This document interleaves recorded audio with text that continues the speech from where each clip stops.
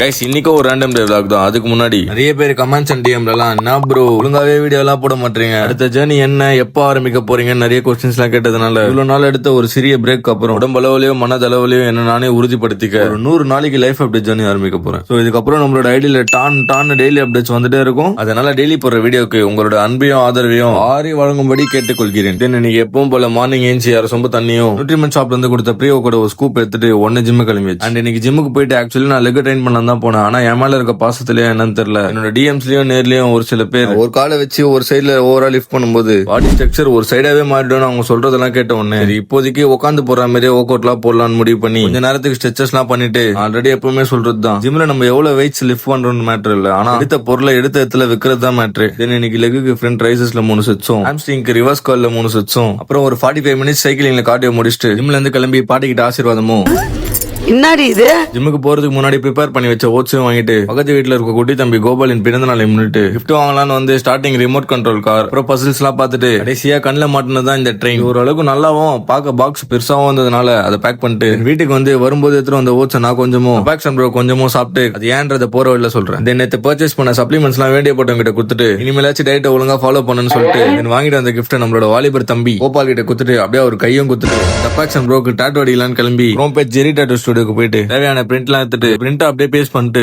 டாட்டோ அடிக்க ஸ்டார்ட் பண்ணி அங்கேயே கிட்டத்தட்ட ஆஃப் டே போயிடுச்சு. சோ ஒரு வழியா டாட்டோ வச்சு முடிச்சுட்டு ஒரு 7 மணி அளவில் வீட்டுக்கு வந்துட்டு ஏரான தப்பாக்சன் ப்ரோக்கு ஐஸ் வாஷ் ஃபேஸ் வாஷ் எல்லாம் பண்ணி அவர் அப்படியே படுக்க வச்சுட்டு அவர் தூங்குற சாகுல ஜிம்முக்கு போயிட்டு வரலான்னு கிளம்பி ஒரு வழியில நம்மளோட மோசஸ் நண்பர் ஐஸ்கிரீம் வாங்கி கொடுத்துட்டு அவர் ஏதோ வேலை விஷயமா பேசியிருந்தாரு. ஆனா அதுக்குள்ள நான் ஐஸ்கிரீமே சாப்பிட்டு முடிச்சிட்டேன். இன்னும் பேசுறாரு பேசிக்கிட்டே இருக்காரு. ஜிம்முக்கு போய் அப்பர் செஸ்ட் டார்கெட் பண்ற மாதிரி ஒரு 4 வேரியேஷன் போட்டு முடிச்சுட்டு அண்ட் கைஸ் நான் ஆல்ரெடி சொன்னதான் என்னோட R15 version 2 பைக்கை சேல் பண்ணலான்னு இருக்கேன். அண்ட் பைக்கை ஃபுல்லி ரீஸ்டோர் பண்ணி பக்கா கண்டிஷன்ல வச்சிருக்கேன். யாருக்காச்சும் வாங்குற ஐடியா இருந்தா கைண்ட்லி டிஎம் கைஸ். ரொம்ப நாள் கழிச்சு நம்மளோட பானிபூரி பையோ பார்த்த உடனே அவர்கிட்ட இருக்கிற பானிபூரி எல்லாத்தையும் வாஷ் அவுட் பண்ணிட்டு அதுவும் நம்ம வீட்டுக்கு போய் கோபால் பர்த்டே பிரியாணி ஆச்சு ஓட விட்டு கிளைமேக்ஸ்ல ஃப்ரூட்ஸோட நீங்க டே ஓவர் வீடியோ புதுசா பாருவோம். நம்ம பேஜை ஃபாலோ பண்ணிவோம்.